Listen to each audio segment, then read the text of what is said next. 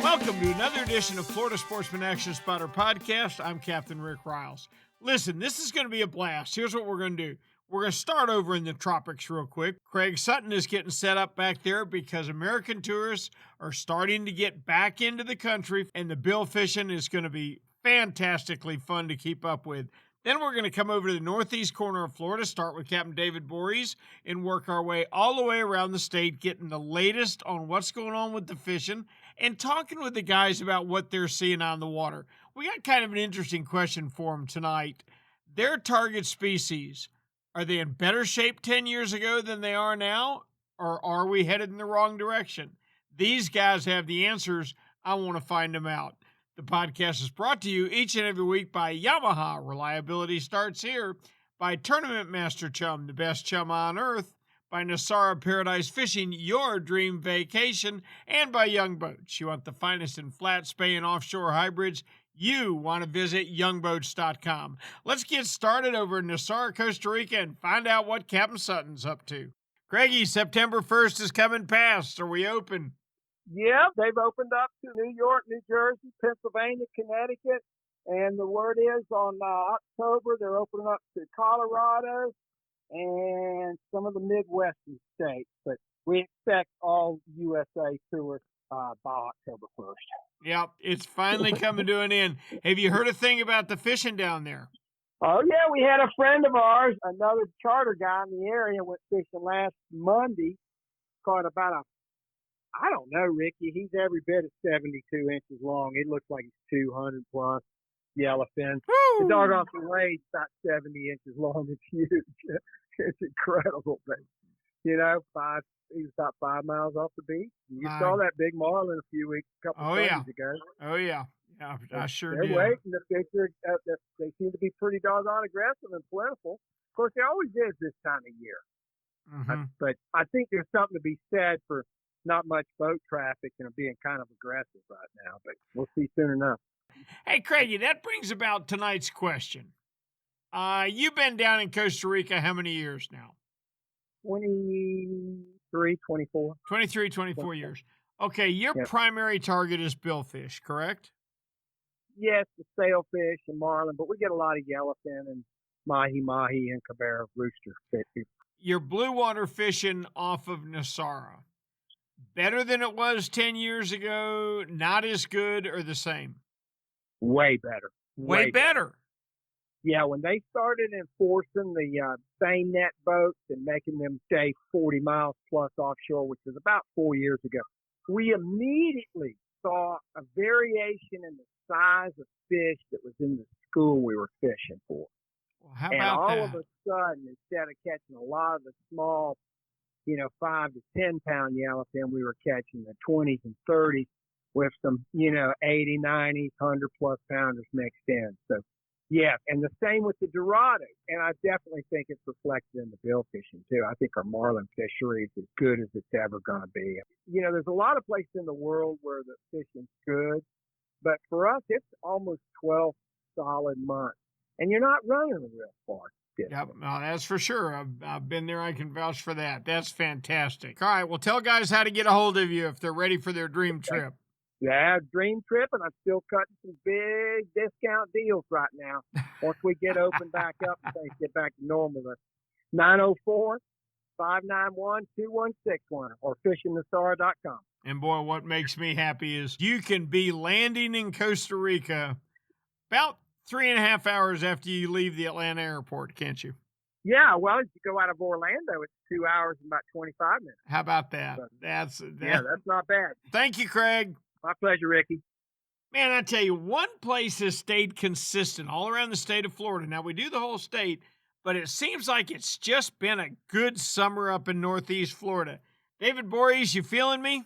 I tell you, Rick, it has been. It has been really good. And I tell you that the water temperature, early in the year I was saying I was afraid it was going to hit the 90s, but it never did. I don't think it ever really got over 86 to 87, somewhere around there. I think it finally peaked out. But the rains came just in time to start cooling the water back down. This week I did see quite a bit of muddy water in different places. South of down towards the St. Augustine area, around the Palm Valley and Pine Island area, very muddy in that area. North up into Nassau in that area, very muddy. But the little stretch of intercoastal around the J. Turner Butler and the St. Johns River, the Pablo Creek area, for some reason, Pablo Creek always seems to remain clean, even with all these heavy rains we've been getting. So I've been spending a lot of time in that area and doing very good, quite productive. We fished today and actually saw a few more trout this week than I've seen in the past. Actually had 2 trout over 22 inches, a 23-incher and a 24-incher this week, which is very unusual for me this time of year. But the mangrove snappers, they're getting a lot bigger. There's been reports of guys catching them even 16, 17 inches. Some really big whitings reporting inshore. I actually caught one of my bigger ones this past week, which was a 16-incher, which is probably, I'd say, the biggest whiting I've ever caught. And, of course, they're fat and full of roe. Now, croakers, it's still a little early, but, I'm picking up a few here and there. But the shrimp, I think, are really starting to move, Rick. I think the rains have these shrimp moving. Even though they're very small, from what I hear, a lot of small shrimp, they are on the move. And we are seeing in the morning fish feeding on some shrimp. You'll see the shrimp skipping across the surface and either a jack, a ladyfish, or a big trout's chasing it. But the red fishing, for me, a same old broken record, Rick. I'm going to stay with this deeper water. I fished the flats today and didn't see hardly anything. So I went to the deep water, and there were plenty of reds in the deeper water. Now, this week I was sort of forced to fish the higher tides, and there was a real good bite at the top of the tide. The very last of the incoming and the very first top of the outgoing was very productive for me. Of course, later in the week, we had the low tide early in the morning, so we switched over to fishing the low tide. And for me, it hasn't been as productive as that higher water. I don't know if that high tide is bringing in cooler and cleaner water or what the story is, but the low tide just hasn't been as productive for me, Rick. Flounders, a few here and there. It wasn't great this week on the flounder. I had some days where we caught maybe 4 was the best, and then today we didn't even see a single flounder today, which is very unusual because even on a bad day, we've been picking up 4 and 5 flounder. Yeah, and I looked in your Yeti cooler the other day, and there were some beautiful snapper. I mean, hey, for inshore snapper, you have been scoring some really nice fish. And I got to tell you, I walked out on my dock this morning for about the 20th morning in a row with a gulp jig and tossed it out and twitched it one time and felt thump. And I thought, oh my God, I started dancing on my dock. I was so happy. I didn't know how to act. But I did catch a couple of 16-inchers today, so maybe things are improving closer to the inlet. Now, David, the water was really clear, and I would recommend to the boys right now, if they're struggling with dirty water, that northeaster that has started to blow in our area is pushing clean water in, and the water at my house is as clean as I've seen it. I'm about a mile upriver, and it's as clean as I've seen it in a while. So maybe good things are ahead for us. David, offshore, it's all bottom fishing. The kingfish have slowed up to next to nothing. If you don't want to catch tarpon behind the shrimp boats right now, you better plan on bottom fishing because there hasn't been anything to the kingfish bite the last few weeks, which is a little unusual. And I don't see any really bad weather for the next week or so. Rick, this time of year, I get a lot of people ask questions. What exactly are you looking for? What kind of good days are you looking for? And I tell you, we're right on that edge there. And what I'm going to start looking for now is that water temperature to start dropping, and that steady drop in that water temperature. And I think that's going to really trigger some great feeding. The mullet will be running here real soon. The shrimp will be moving out. I'm hoping we see a real good run of flounder. Really keep an eye on that water temperature. It's going to tell you a lot. And when you see it starting to drop, get out there and start doing some fishing. Yeah, do your thing. Real quickly before I let you go, knowing you all the years like I have, redfish are probably your primary target more than anything else with your charters, and for good reason. Is their population in better shape than it was 10 years ago, the same, or not as good? I would say it's in better shape. I think the big bulls are in great shape. I mean, there's a lot of people right now starting to fish for the bull reds. Mm-hmm. We're seeing a really huge population of the small little rat reds. But I've talked to some captains, and they tend to think that it's hard to find slot reds anymore. But I think it's about the same, Rick, is what I'm going to have to say.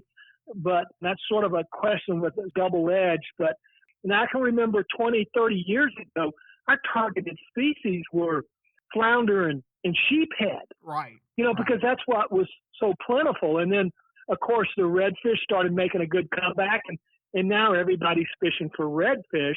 But we're worried up here in Northeast Florida about the slot fish. It was great this week to have quite a few anglers that were wanting to catch and release. It's such a much better feeling for me when I can release 7 or 8 nice keeper reds in an area that I know they're in, as opposed to taking those 4 or 5 reds out of the population and taking them back to the boat dock and cleaning them. Well, I love the fact that you show me the pictures of the upper slot fish that will have 3 or 4 different hook holes in them from where they've been caught before. That tells us we're fishing on a finite population, and we have to care for it on a daily basis. Well, David, I can't thank you enough. Thanks for a great report. Please tell me we can talk to you next week. Absolutely, Rick, and look forward to next week. Thank you, David. Tight lines. Now, let's pile in the truck, head down south just a little ways. We're going to pull over in East Central and have a cup of coffee with our buddy Jim Ross. Jim, how are you? I'm doing fantastic. Rick, how are you doing? I'm doing great, buddy. Tell me what's going on in the East Central District. It's kind of interesting. Last week we were talking about how things were starting to pick up. There were signs. Things were looking like they were getting right again, and they have. Okay. The snook bite kicked off absolutely fantastic last week, as we talked about. It's continuing right on through this week and weekend. Tarpon, you want to catch tarpon? Is that what you said? You want to catch tarpon? Yeah, we can handle that, can't we? So we got tarpon. We've got creek tarpon. Mm-hmm. We've got river tarpon. We've got Mosquito Lagoon tarpon, and we have got beach tarpon. We've got tarpon everywhere, so it's a pretty darn good time right now. The little guys in the backwaters obviously eat small minnows and things of that nature. I was talking with Captain Mike Mann, and he's been jumping them pretty consistently in the Edgewater and New Smyrna area, and he's using live mullet because the mullet have started to run pretty good right now. Captain Troy Perez and also my son Justin are fishing the Indian River and Banana Rivers, doing the same thing there on live mullet. Captain Glenn Austin down at Sebastian Inlet is fishing a little more outside than inside. And, he's getting his tarpon there. Now, make it a circle right on back up the coast. Melbourne Beach, I got a report today. Tarpon just blowing up and crashing in the surf. Yesterday, Captain Troy Perez was out on the beach and got a huge wad of tarpon inside of Canaveral Bight. And one of those fish, he estimated at 160 pounds. And anybody that knows Troy knows that that's a 160-pound fish. Cap.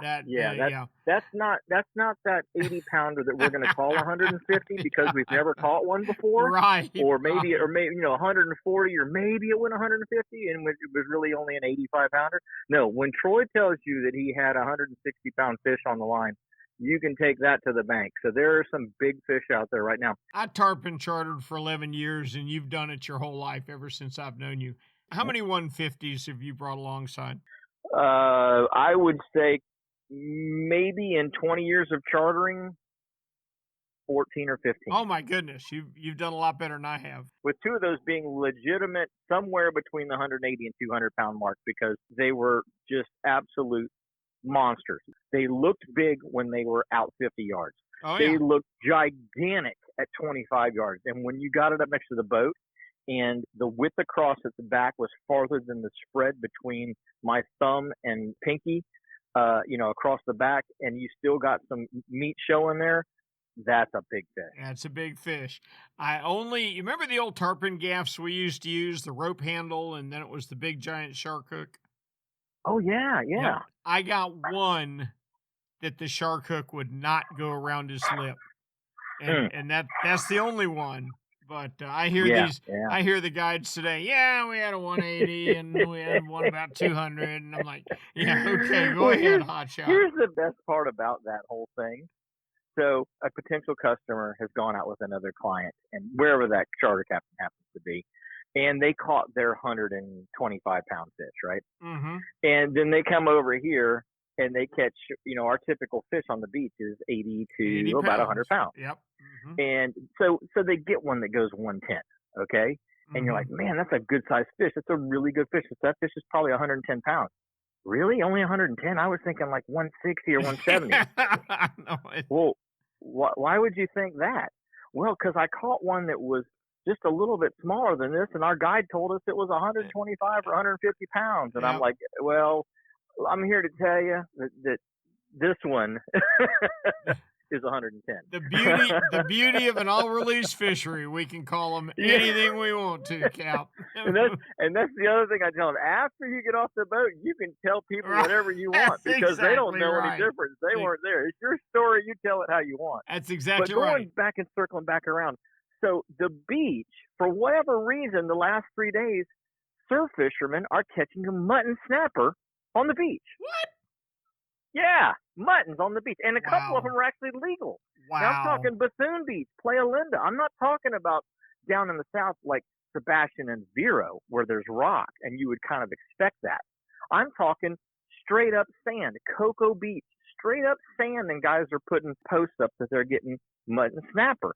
And the only thing that I can think is that either the muttons have decided that they like sand fleas because we have been inundated with sand fleas, or we're also having a huge run of these little 2 to 3 inch pompano right now. You see them all over in the surf. And so I'm thinking either mutton snapper like baby pompano or mutton snapper like sand fleas, or maybe both, because I don't ever remember these kind of numbers from all up and down the Central East region of guys actually catching muttons. Now, most of them are 13 to 15 inches. 1 or 2 are 16 or 17. I've seen one that was legal. Jim, I can vouch for that because I've been fishing out of Stewart and filming the TV show. And while we're filming, we, run flat lines with live baits out to get some bent rod footage. And we've been catching muttons on free line sardines on the surface. And, really? And I saw a post by my friend Captain Pat Price yesterday that he had 31 muttons yesterday on a charter out of Stewart. Now, once again, here we go. Most of them are 13 to 15 inches. Most of them are not legal fish. But thank God for them. I mean, it certainly bodes well for the future. That is the truth. And all of those baby pompano. I'm really excited about that in 2 years. That bodes well for the future. Those 2 inches are going to be 2.5 pounders, and I'll be ready then. Yep. Offshore fishing, kind of slow right now with the exception of the guys that are running to the east side of the Gulf Stream. Those guys are getting some yellowfins. Actually, one of the boats, Ryan Scheidel on the Good Vibes, got also a handful of big eyes in one of the packs of birds that they fished. I'll be darned. So that was kind of a neat little, wasn't even a kicker. I mean, they were the biggest of the bunch. They were much larger than the yellowfins, which are averaging about 20 to 25 pounds. And once in a while, this time of year, you'll find one that goes 40. These were solid 40, 50-pound class, even maybe a little bit bigger, big eyes. That's way cool. Well, Jimmy, it won't be long till the sailfish show up in your backyard. October's not very far away, so we're looking forward to it. I think we've got through this summer, and it's just going to get better and better and better. I'm looking forward to it, Rick. Thank you, Jimmy. Thank you so much. We'll talk with you next week. Take care, buddy. Now, let's pull on down further south and stop at one of my favorite all-time places to fish, Stewart, Florida.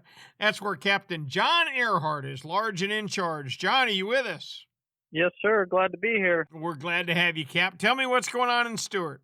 Let's talk offshore. The fishing this week offshore for trolling, it's been a little slow. I mean, I did hear a few guys are catching some sailfish still. It's just been pretty tough to get live bait. So, right. Some guys are making the switch and starting to troll dead ballyhoo, but we're kind of at an in-between phase. In my opinion, it seems like the bottom fishing is going to be your go-to this week.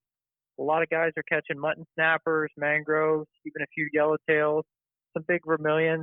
if the trolling's a little slow like it has been, you might want to bring some bottom rods with you and focus on the mutton snappers right now. They've been pretty plentiful, and we've even been catching some cobias while we're snapper fishing as well. Most of that action is anywhere from 40 to 120 feet of water right now. Just really finding that sweet spot where there's some current but not too much current, and you don't have predators to worry about. So if you have an idea where to snapper fish and the current and conditions allow, chances are you're going to fill your box up with snappers this week. John, it just seems to me like it's been an excellent season so far for muttons. Now, with the size limit being bigger, a lot of them are undersized, but it seems like the numbers are pretty good, aren't they? Yeah, the numbers are very good.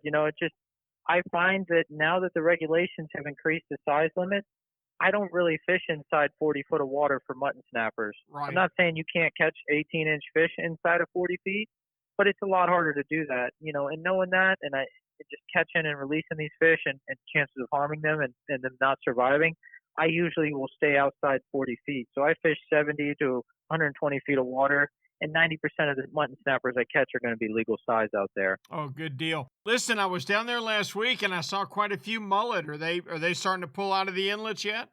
I seen a little run of them last week. Like we had a little push of them. And then last night on my tarpon charter, I was really struggling to find mullet. So, I mean, there was some around, but it seems like they've kind of thinned out a little bit.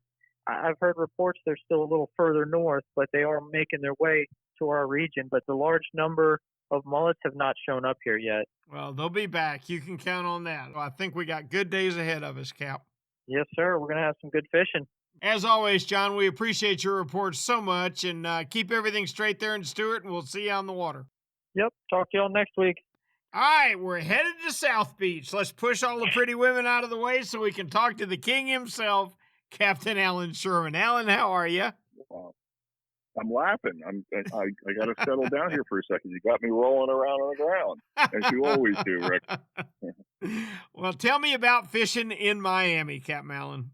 Let's see. We've had a busy weekend with the holidays. Good. And a lot of guys and women got out in the water and enjoyed themselves. We had our snook season reopen just last week, and the guys got out there and did what they could with them. And it's always the same when the snook season opens. They catch them like crazy when they're at a season, and then when it opens, they seem to hide, and they did this week as well. Some of the guys that fished way late into the evenings did well on them, and others struggled. But when you move further out, you get offshore along the reef, there's been a ton of bonitas, the false albacores. And right. If you're in for action, if that's what you're looking for, they are just outside the outer reef and in depths from 80 feet on out to about 260. You can troll and get them, or you can fish live baits, or even ballyhoo or Spanish sardines, the fresh frozen ones, and they're working really well on them. If you're targeting them, have another rod nearby, a couple of them actually, with some artificials on them, because they'll jump on a surface plug or a deep running plug or soft plastic. The battle is a lot of fun. Mixed in with the bonitas or kingfish, a few decent ones, not lots of them, but you might get surprised and think you have a bonita on and end up with like a 10, 15 pound kingfish. And then if you're more fortunate, you get the kingfish past the barracudas and sharks that have been around. There's been quite a few of them nipping the tails off of these fish, so you got to get them in quick. On the bottom, over the artificial reefs and the ledges, they're catching yellowtails and mutton snappers, and then the dolphin fishing. So the dolphin fishing has been really, really good for some anglers and really tough for others, and that's usually how it goes. But there are fish out there. They're finding them anywhere from 300 feet on out to 700 feet, so they're in a little closer now. There's been groups of, half a dozen fish to schools of 200 fish or more. So they're finding them around thin weed lines, and then they're finding them under the sooty terns, and then they're also finding them under the magical debris, and that's where they're getting the bulk of the fish. If you're lucky enough to find something substantial that's been on the water for a while and collected some barnacles and have some bait fish, holding next to it, triple tail, bar jacks, almaco jacks, the little guys, and the dolphin are right there under them. And what else is under them are some wahoo, not big wahoo, but wahoo. The guys that are serious about this, they'll troll by a piece of floating debris, with rig ballyhoo, the skirts, soft plastics. They'll catch dolphin as they go, as the bait's coming, alongside of these pieces of debris. And after they've had their fill of the dolphin, then they'll either drop a vertical jig down 100 feet, 150 feet and work that back up, or they'll troll large drone silver and blue spoons with a planer. A planer gets that spoon deep, and as they go by this floating debris, they've been hooking up on these wahoo. The wahoo are smart. They like to hang out a little deeper where the water's a little cooler, and they just wait for that right piece of bait to come by their faces, and then they jump on them. So you just got to put your time in and hope that you find them. Look for floating buoys like the lobster buoys, the crab trap buoys that have rope underneath them. Those are always good. Pieces of wood, a piece of a tree, and then, of course, the sooty terns. If you see them anywhere around you, it's always a good idea to get to them as quick as you can because those dolphin are going to be nearby them. Coming inshore, especially in North Bay, fishing is still very difficult. South Bay, you have two sections of South Bay. You have the ocean side, which gets fed clean ocean water twice a day, and it also pulls out the nasty water twice a day. So that area is doing very well. The bone fishing there has been very good. There's permit out there, barracudas and sharks.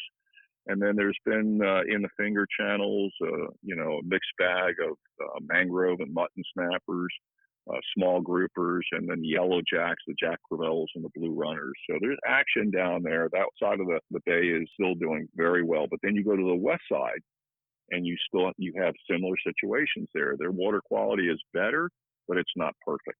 Fishing in Flamingo's still been very good. It's a pretty good sized snook are still being caught there. And there's always the redfish and the trout. And then the guys that like to fish for the peacock bass are just slaying them. They like this kind of weather where it gets hot, and they're throwing jigs against the shorelines, where it drops off. And then they're also throwing crankbaits and doing really well on the peacock bass. If you need a little hope for the future, up in Jacksonville, we've got our first northeaster blowing right now. I was going to ask you if you had heard anything from yourself or other guys of a migration going on, because we are seeing baitfish schools in the bay now, which we hadn't weeks or even a month ago. Yeah, the mullet are starting to pull out even as we speak, but incredibly, we've seen huge numbers of undersized mutton snapper all the way from Central Florida down through Stewart. Would you believe they're catching them in the surf in East Central? Well, actually, I would believe that. We typically see that happen here in South Florida as well, and it's usually associated with this time of the year and big storms. It doesn't happen up in Port Canaveral very often, I promise you, but it is right now. It's not every year, but it's more years than not. And they are the smaller fish, 14 to 18 inches, with most of them being around 16 inches. And they catch them in the piers. They catch them in the bays. I can remember years where they were getting them off of all of the Keys bridges, as many as they could catch. So that's pretty cool. Yes. We'll gladly throw them all back because it's hope for the future. Exactly. Yep. You got it. Captain Allen, as always, we certainly appreciate it. And hopefully we can talk with you next week. Look forward to it, Rick. Now we're going to head on down into the Keys and talk with our buddy Nick Stanczyk from the Broad-Minded out of Bud and Mary's. Nick, how are you? I'm doing good, Rick. How are you? I'm doing outstanding, my boy. We got a good old-fashioned northeaster starting up in northeast Florida, so maybe fall's going to get here after all. Yep, it might be coming. Yep. Tell me how the fishing's been in Islamorada. Overall, at the marina, there's been a lot of fish caught. There's been a ton of mahi, mostly schoolies, but a few gaffers and a couple of slammers. There's been a lot of blackfin tunas.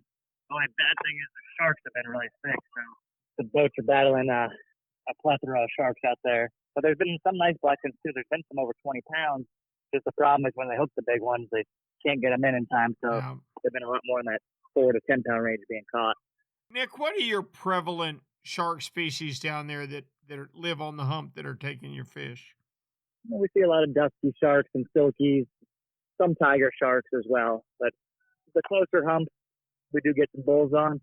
But usually the ocean-going sharks are the duskies, and silkies are the ones that are there for about half the year, and they're hard to get them by because they're fast sharks. They travel and cruise all over. Okay. What else is going on? We swordfished today, and we tagged and released two fish. One was a keeper, but doing a film project with Penn, so that was exciting. And we had one other bite. We had 3 bites. I swordfished actually a few days ago and never had a bite. That was a long day, but we did catch a limited dolphin. That's a fine day, even without the swordfish. Yeah, the guy said, that was the most dolphin he's ever caught. He's like, if we didn't swordfish for 8 hours, I wouldn't even remember that part. I'll be darned. What are you hearing from the backcountry? I've seen there's been some tarpon around, mostly the juveniles, that 20 to 30 pound range, both near shore and a few in the back. And then my brother did have a few really nice snooks the other day. Okay. So. Hey, let me ask you a question. How many years have you been targeting swordfish out of Alamorada now? My dad caught his first one in 2003 in the daytime. We caught them at night before that, but I've been doing it since 2006. Good. Then you're a perfect one to ask. Swordfish are your primary target. Are there more than there were 10 years ago, just the same amount, or not as many, you think? I don't think there's as many. We still get pushes of fish. Like last year was probably it could be the best year I ever had, if not one of the top couple. We probably caught close to a couple hundred fish last year, and it was really good fishing. This year we've had plenty of slow days, though. But I would say it used to be more consistent, but we're better at catching them. So sure, we get 1 or 2 bites nowadays. We got a good shot at catching one. Years ago, we used to get 4 or 5 bites to catch 1 or 2 of them. So we probably don't get as many bites overall, but we'll catch a better percentage of them. You make an excellent point. We tend to lose sight of the fact that not only are there more fishermen than there used to be, there's a lot more good fishermen than there used to be. Used to be only a couple guys really knew how to do it right. Now you buy a Seymour map and a trolling motor for your twin-engine outboard, and you're as good as any commercial snapper boat. There's just more good fishermen than there used to be. There's no doubt. 100%. You feel like the swordfish population's healthy, or do we need to increase the regulation? Overall, I think it's still pretty healthy because when you get these pushes of fish, there's got to be thousands of them coming through. Up and down South Florida, everyone's getting, 5, 6 bites a day. But I do feel like they're not positive, but I do feel like there was a residential population.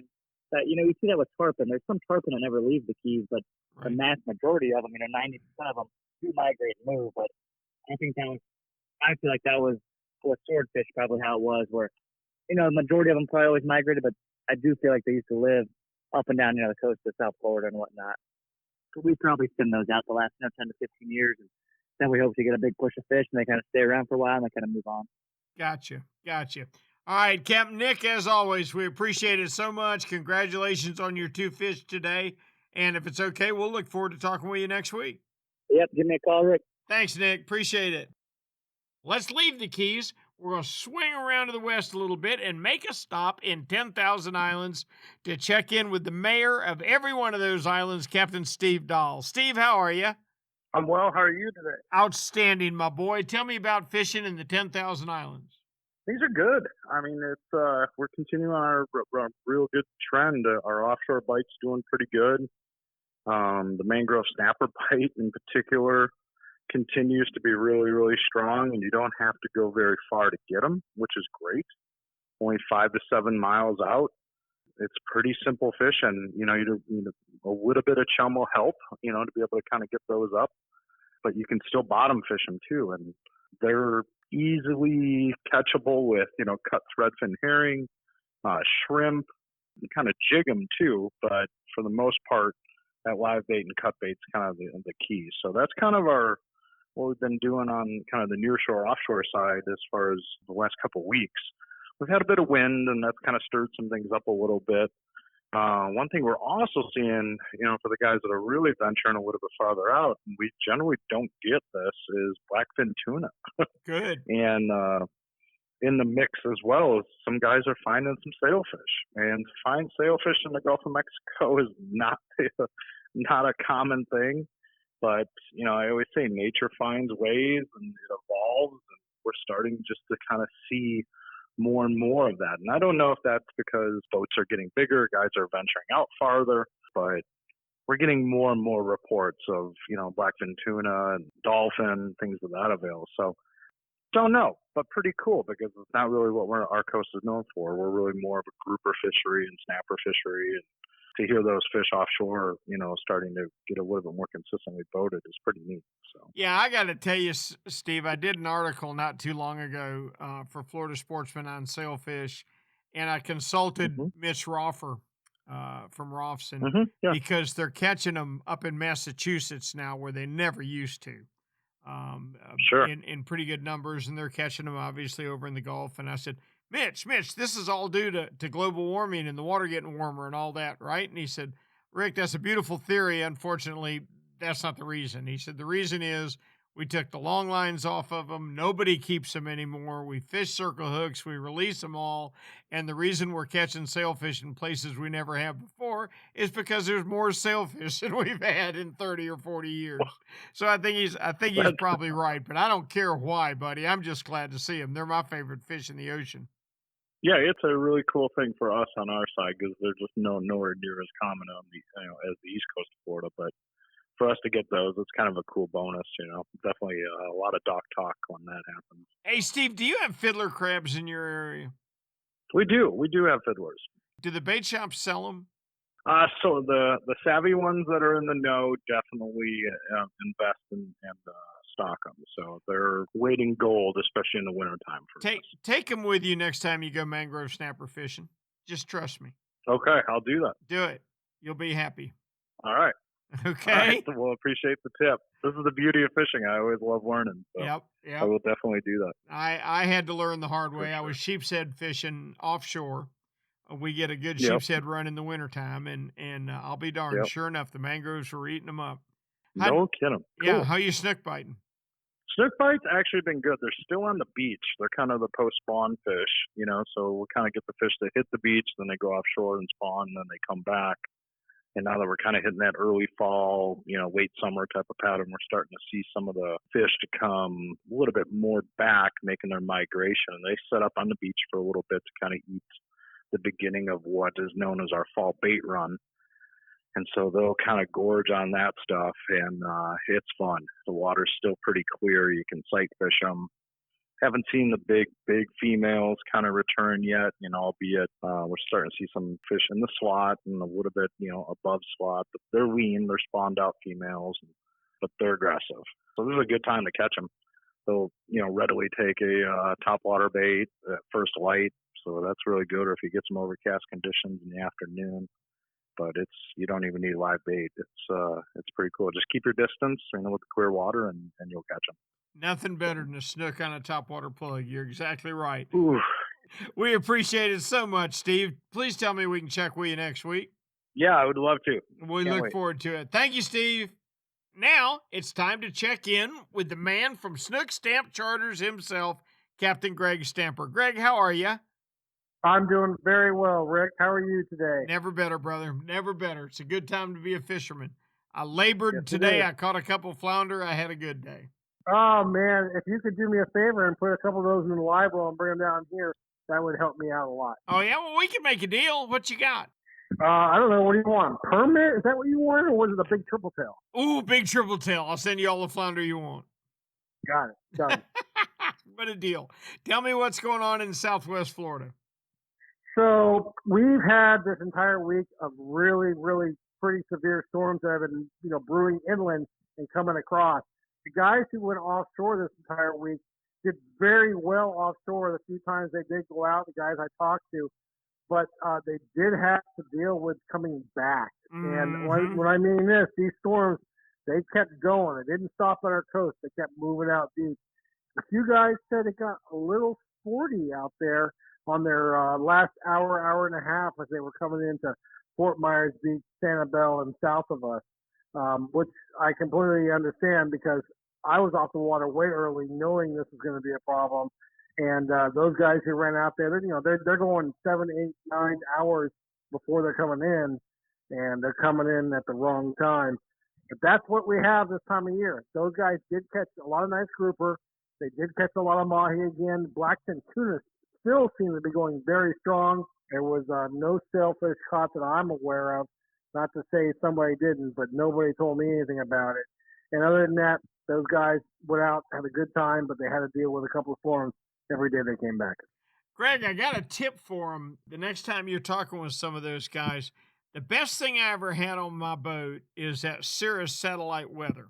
Yeah. And the reason is it shows you the lightning strikes, and it shows you where they're concentrated and whether the storm's getting stronger or it's losing energy, because it shows you each strike, and then the longer it's been since the strike, it starts changing colors. So when you see a whole bunch of yellow strikes, that's bad. That's a storm that's building. You start to see those strikes turn tan, you know that's a safer route home. That storm doesn't have as much energy. I'm a big fan of those things, buddy. No, I agree with you. And to their point, they're so far out. They're looking at where they're going to be in 2 hours if they're looking at that.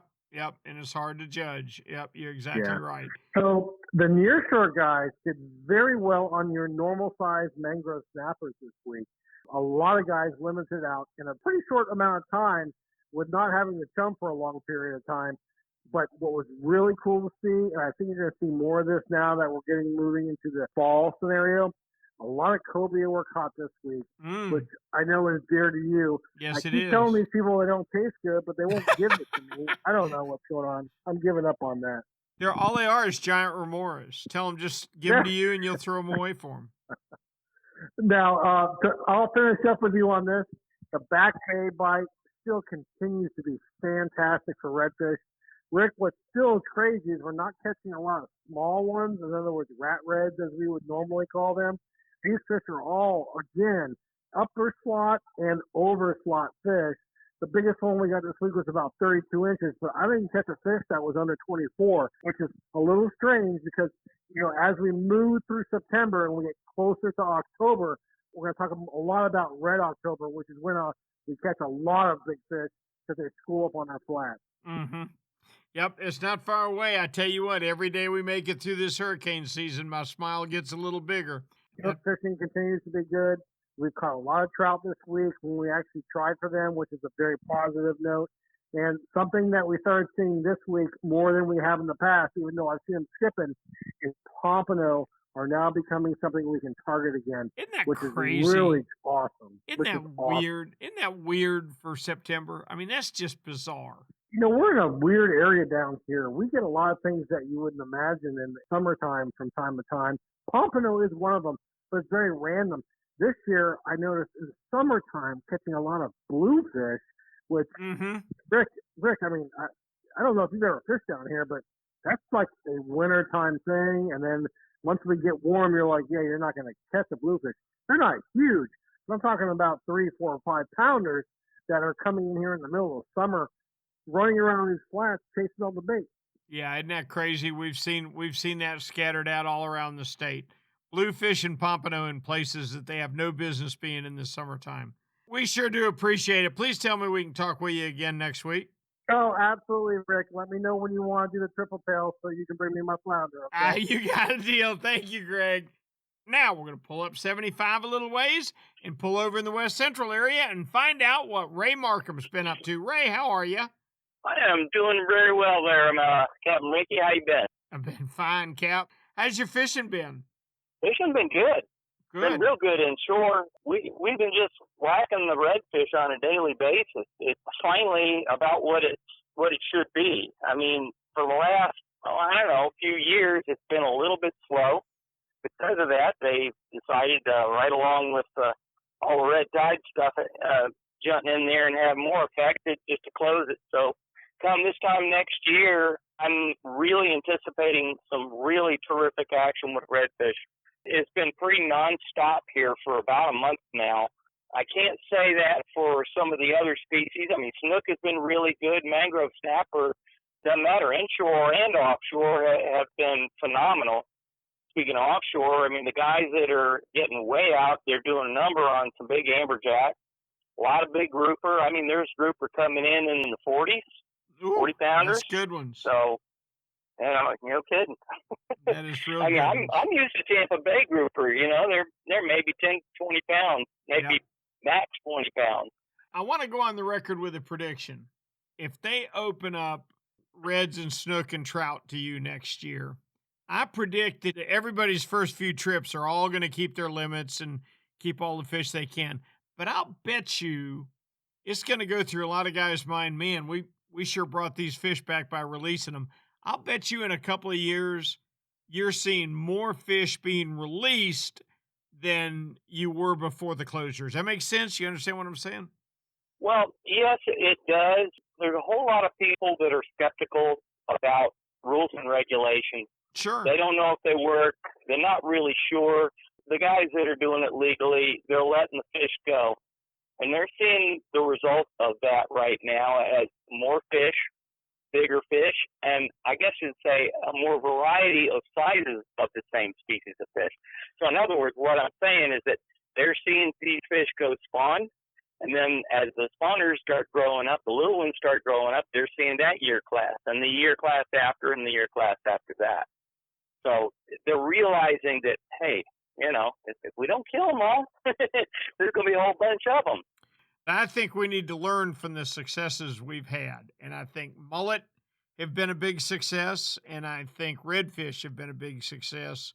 So we need to learn from that. I'm always heartened by, I talk with so many guys around the state, and the guys on the East Coast are constantly telling me, David Bory sent me a picture the other day of a redfish with 5 distinct different hook holes in his mouth where he had been caught that before. Doesn't surprise me.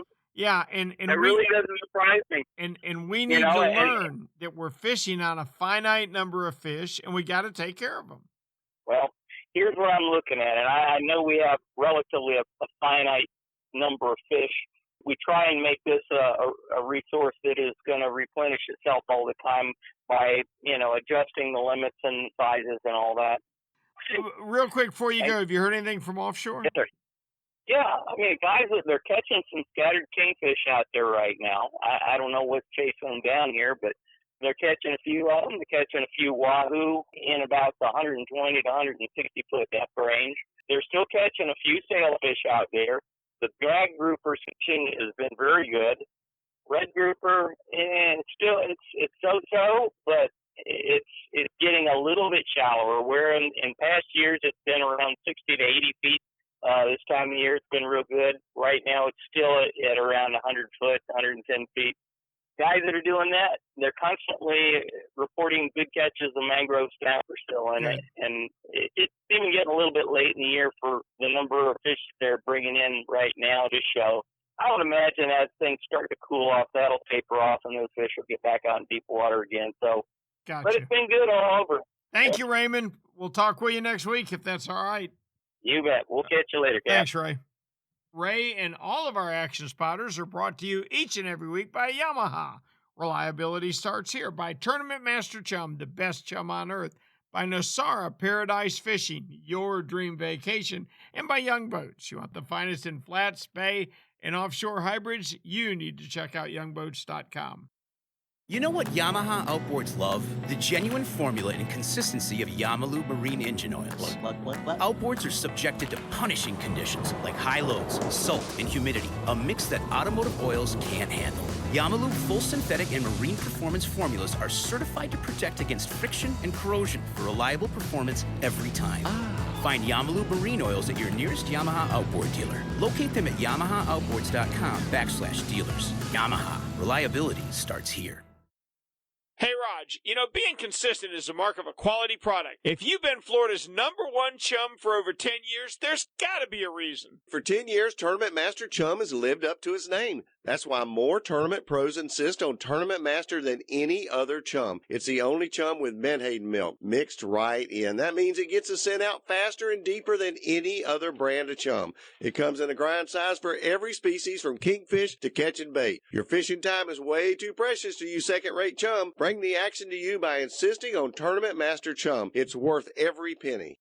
When you're ready for the finest in custom-made flat spay or inshore-offshore hybrids, you are ready to meet the Young family in Inglis, Florida. For over 21 years, the Young family has built custom boats one at a time for every type of fishing. Nothing can sneak up on a flat quite like the Gulf Shore flats boats, and I've never fished a better hybrid than the Young 24s and 27s. Rob Young is a naval architect who takes tremendous pride in each and every build for each and every customer that wants their boat custom built exactly the way they they want it. Is it time for you to move up? Are you ready to own the finest boat built? Then you need to visit the Young Boat facility in Inglis, Florida, or check them out online at youngboats.com.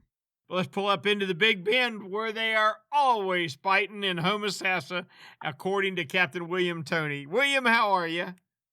Doing good, doing good. Just coming down from a nice 3-day Labor Day vacation and sitting out here enjoying the nice evening here in Homosassa, watching all the folks that were here starting to head back to go back to work. And then again, I got to get up and go back to work in the morning. That'll feel good, though, won't it?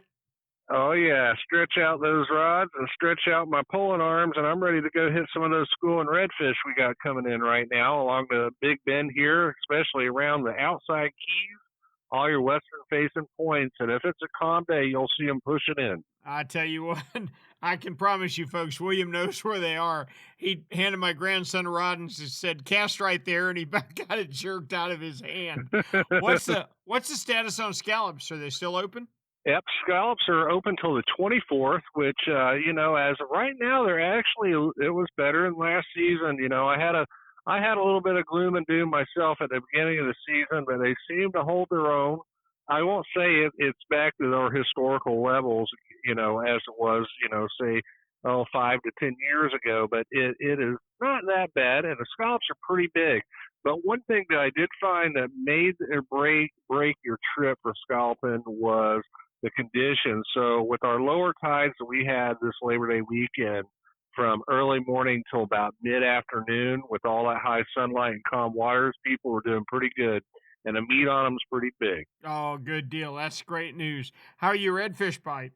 Redfish is really good. Now, Rick, this is something that we're looking forward to around my area, but further up the Big Bend, when you get towards Cedar Key and Waukesassa Bay and up towards Swanee, they're doing real good. They're killing a big old triple tail up that way. Ooh, talk to me. Ooh, I love those. Yep. We seem to get them here in Homosassa and around Crystal River, but what we look for are the darker bays around the river mouths where the water is not as clear, like where we were talking about scalloping and our redfish on those western points. You got to have an area like near river mouth or creek mouth that's just dark water. Look for your old crab trap buoys that have a lot of grass. If it's a new buoy, don't bother looking at it. The ones that have the old grass on it are the ones that are getting it. Now, dark water year-long is up there toward the Swanee, and those guys up around Cedar Key, I've been seeing some great posts of those guys getting some nice triple tail. Definitely keeper size over the 18-inch mark up to, 10, 12 pounders. That's good fish. Man, that is good fish. Hey, let me ask you a question, William. Your primary day in, day out target is pretty much redfish, isn't it? Redfish and trout. That's what I claim to fame. Okay. You've been doing this all your life. You're a 4th generation guide, I believe. All right. Yep. Redfish and trout, 10 years ago, better than it is now, or not as good as it is now, or the same? I would say that as far as catching the fish, it's about the same, but what I will say has increased is the quality of the fish. Not saying that the ones we caught, 10 years ago weren't quality fish. We had them around, but it seems that our trout are getting a lot bigger. And the redfish seem to be, we have a lot of smaller redfish, but the redfish hasn't changed a whole lot. Depending on time of year, they're still running small sometimes during the summer. We get into the fall here, you're going to get your bigger schooling redfish.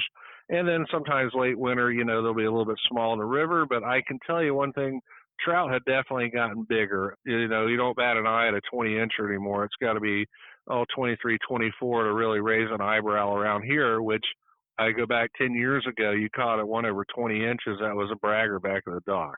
Good deal. Good. Well, we've got to think that's because we're taking better care of the population, don't you think?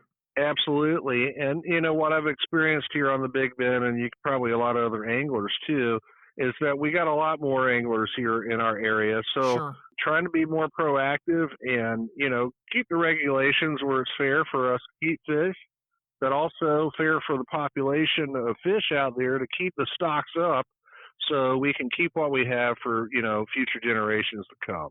Could not have said it better myself, Cap. That's an outstanding point and an excellent report. Please tell me we can check with you again next week. Oh, yeah. I'll be here fishing in downtown Homosassa. Downtown Homosassa. I want to come by and eat me a scallop real soon. Thank you, There William. you go. All right, bud. We'll Take talk care, at you buddy. later. Let's check in with a guy who has had a phenomenal season on a brand new boat, and life is good for one Kevin Lanier. Kevin, how are you? Captain Rick, we're doing just peachy. I'm glad to hear that. You fished today? Yeah, we had a morning trip today. Went out. We've had a really unusual northeast wind in the morning, so it's made that once we hit about 3 to 4 miles offshore, it starts to get quite lumpy.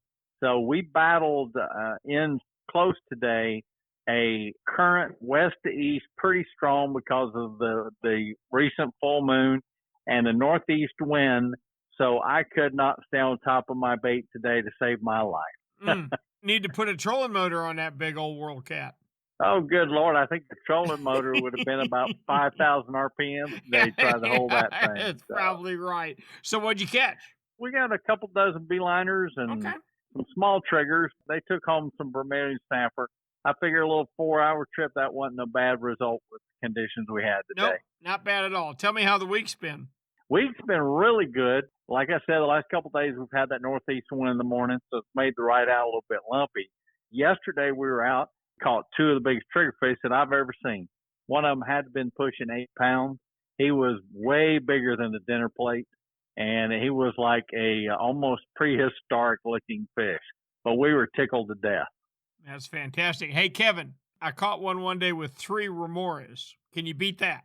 Oh, no, I can't beat that. I can't beat that. He had 3 little remoras stuck to him. He weighed 10 pounds, 13 ounces. That's the biggest one I've ever seen.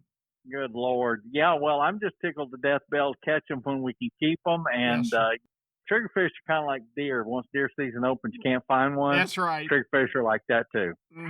That's right. That's right. Well, that's fantastic. I'm glad to hear your beeliners are biting. Are they still so big?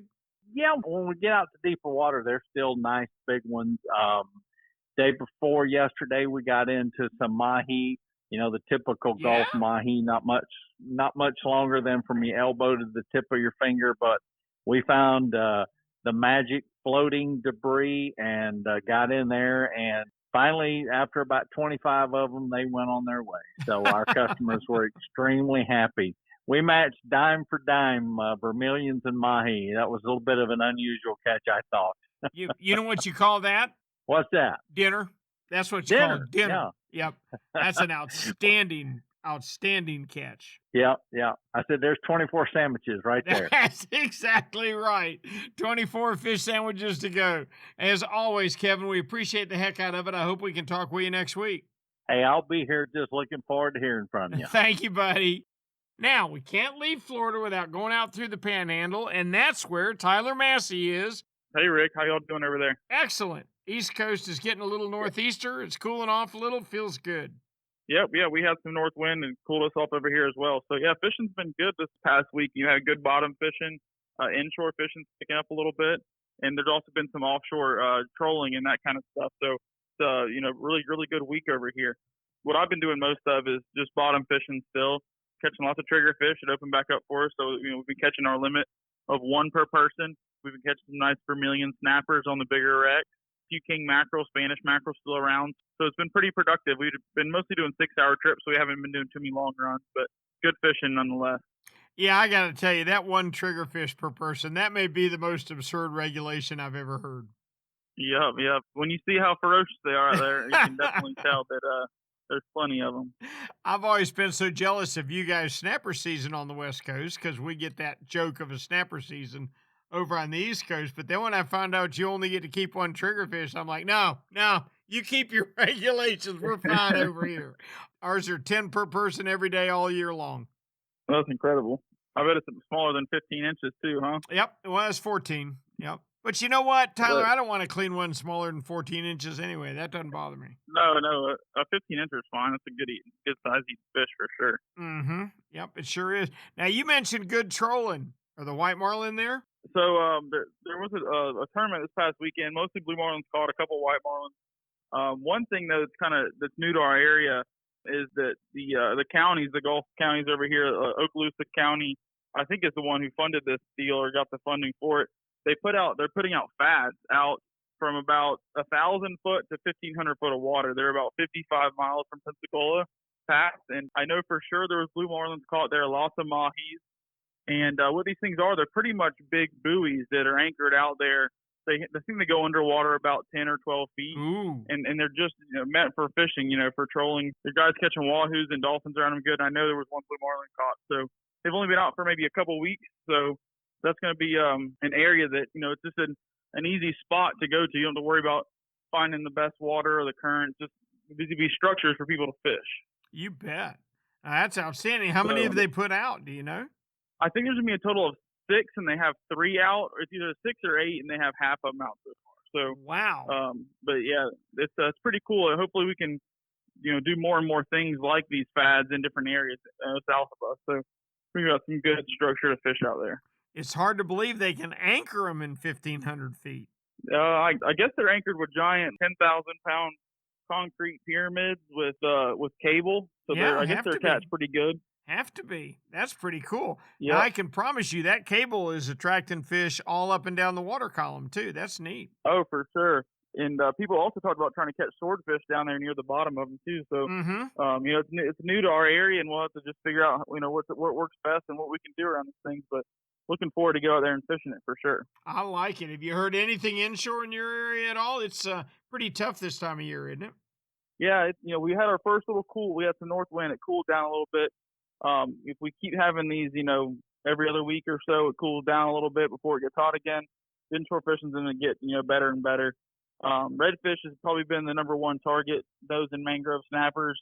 And as we get a little cooler, the trout are going to be a little more active in the daytime. They're not going to be, catch them in the morning, afternoons, but throughout the day. So we do have some good trout fishing here coming up. Perfect. Tyler, we appreciate the heck out of it. Thank you so much, son. No problem. We'll see you next week. Talk with you next week. And you know what? That wraps up our trip around the state tonight. Gosh, it's been a lot of fun, and there's a lot of neat things happening. Everybody understands we're right on the edge of massive bait migrations that will start within the next 2 weeks based on the northerly wind that we've got. Up in northeast Florida, all of a sudden the flounder are starting to move. The shrimp are starting to pour out of the river. Come down to east central, Captain Jim Ross catching muttons in the surf. Well, certainly that tells us that there is something bait-wise in the surf those fish have keyed in on that aren't there all the time. Down south, gosh, you're doing good on mahi. It wasn't much of a spring for mahi, but the late summer and the fall has been very good. Captain Nick Stansick caught a couple of swordfish today. That's an outstanding catch. He's almost getting used to it. He makes a great point, too. They're getting better and better at sword fishing, and that's becoming more of a regular catch. You pull around the state, starting up the West Coast, and both Steve Dahl and Greg Stamper were big on how their offshore fishing is right now. They're doing very well on mangrove snapper, fishing not too terribly far offshore and catching some grouper too.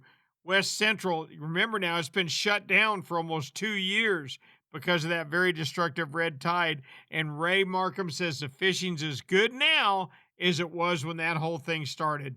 So all in all, we had good reports this week. We hope you enjoyed our broadcast. And if you do, please subscribe and make sure that you let your buddy know about it. He's not catching anything. Maybe we can help him be a better fisherman. As always, all our podcasters are brought to you each and every week by Yamaha. Reliability starts here. By Tournament Master Chum, the best chum on earth. By Nosara, Paradise Fishing, your dream vacation.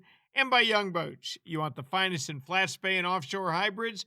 You need to check out youngboats.com. Hey, we've really had a great time this week. I'm Captain Rick Riles, and until next week, we'll see you on the river.